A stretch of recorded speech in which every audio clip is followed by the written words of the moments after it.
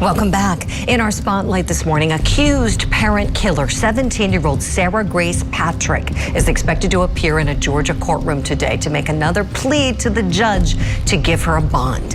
Patrick is accused of killing her mother, Kristen, and her stepfather, James Brock, back in February of last year.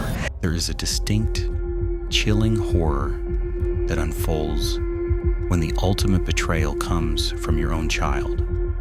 We naturally view children as innocent beings in need of protection, but history has proven that some minds are born with a profound, unexplainable darkness.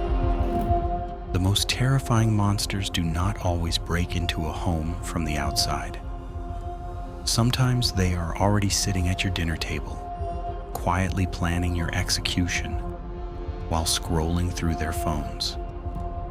This is the chilling reality of James and Kristen Brock, a loving mother and stepfather who welcomed an absolute predator into their home, completely unaware that their generosity would be paid for in blood. In the quiet, tightly knit communities of Georgia, James and Kristen Brock were known as incredibly hardworking, family-oriented people. They had built a peaceful, stable life for themselves and their teenage daughter, Sarah Grace Patrick. To any outsider looking in, the family dynamic appeared normal, perhaps even enviable. Kristen was a devoted mother who wanted nothing but the absolute best for her daughter, providing her with a comfortable lifestyle, emotional support, and the freedom a typical teenager craves. James stepped into the role of a supportive stepfather, ensuring the family lacked nothing. But beneath the surface of this seemingly ordinary suburban household, 17-year-old Sarah was harboring an intense, irrational malice that would culminate in an absolute nightmare. The friction in the house began over the standard boundaries of parenting. Sarah wanted absolute freedom to live her life entirely on her own terms, completely rejecting the basic rules, curfews, and expectations set by her mother and stepfather. When her parents tried to intervene, guiding her away from destructive paths and dangerous relationships, Sarah did not respond with typical teenage rebellion. Instead, she retreated into a cold, silent, and deeply calculated anger. She began to view her parents not as guardians, but as obstacles, roadblocks in the way of the chaotic lifestyle she desperately wanted to pursue. Rather than waiting until she turned 18 to leave, Sarah decided on a permanent, irreversible solution. The terror unfolded with brutal precision inside the very home where she had been raised. In the dead of night, while the house was completely dark and silent, Sarah armed herself with a firearm.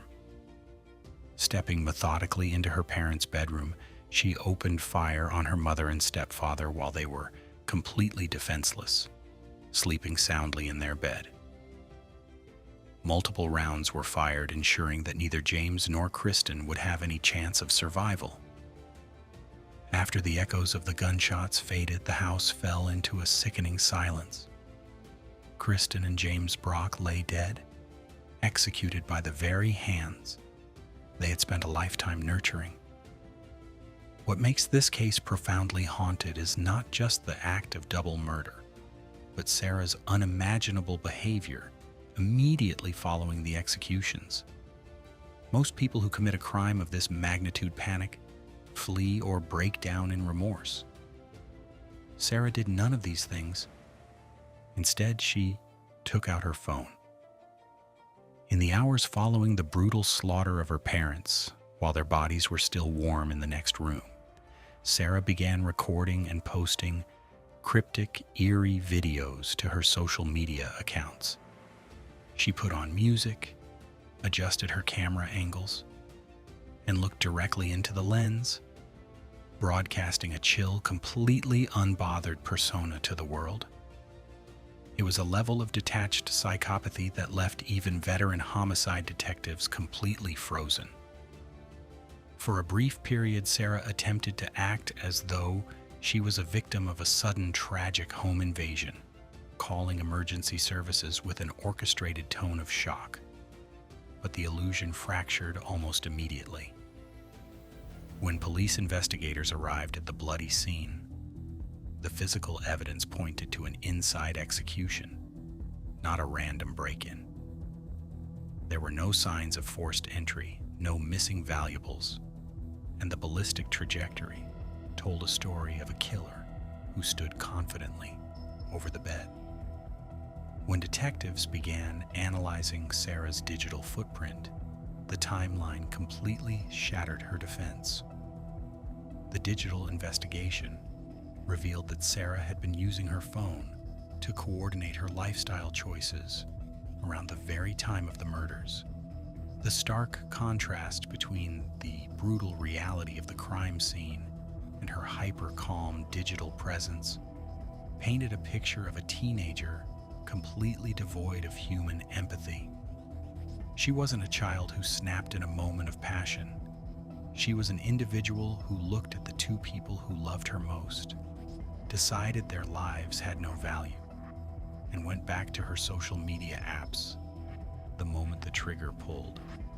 Sarah Grace Patrick was swiftly arrested and charged with multiple counts of malice murder and aggravated assault.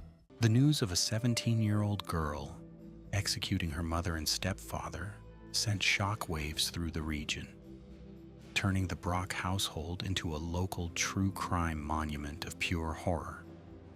When her bond hearings and legal proceedings began, they were broadcast live on YouTube, drawing millions of viewers who watched in disbelief as prosecutors unveiled the cold, calculated nature of the teenager. The defense attempted to argue various mitigating circumstances and mental stability issues, trying to humanize a girl who had shown absolutely zero humanity to her own flesh and blood.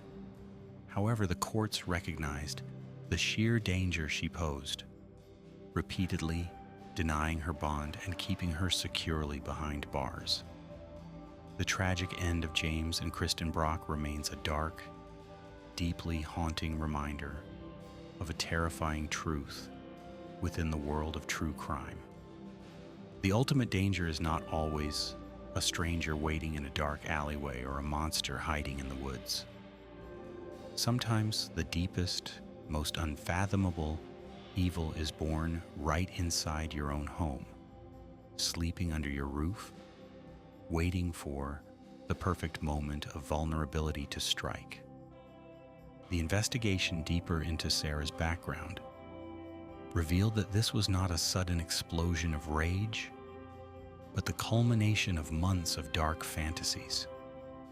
Friends later admitted that Sarah had made passing jokes about how easy it would be to get rid of her parents, jokes that everyone laughed off at the time but now carry a heavy, sickening weight. She had meticulously researched how to handle firearms, how to muffle sounds, and what kind of alibis work best when dealing with local police departments. Her search history was a roadmap of premeditated slaughter, showing a mind that was entirely detached from the reality of taking a human life. On the day of the crime, she went about her normal routine, eating dinner with the very people she knew would not live to see the next morning. She looked into her mother's eyes, accepted her care, and quietly waited for the clock to strike midnight. This level of psychopathic patience is what separates this case from typical domestic tragedies. It shows a complete lack of a moral compass, an absolute void where human empathy is supposed to exist. As the legal battle progressed, the community struggled to come to terms with the horror that had occurred in their own backyard. The Brock home stood empty, a grim monument to a family destroyed from within. Neighbors spoke of the eerie silence that now surrounded the property, a sharp contrast to the lively, happy home it used to be. the live court hearings became an internet sensation, with millions tracking every piece of evidence presented by the prosecution. The defense tried to paint a picture of a misunderstood teenager pushed to the brink by emotional distress, but the mountain of digital evidence, the cold social media posts, and the sheer brutality of the crime scene made it impossible to ignore the truth. Sarah Grace Patrick was not a victim. She was the architect of her family's destruction. The case serves as a terrifying lesson that evil does not always wear an obvious mask. It can look like an ordinary teenager obsessed with social media and seeking independence, while harboring a darkness capable of the ultimate betrayal. If the terrifying reality of the Sarah Grace Patrick case shook you to the core, make sure to hit that subscribe button right now. Don't forget to turn on your notifications so you never miss our deep dives into the darkest, most calculating criminal minds. Drop a comment below with your thoughts on her chilling behavior after the crime, and share this video to help us bring the truth out of the shadows. Thank you for watching. Stay vigilant, and we will see you in the next case.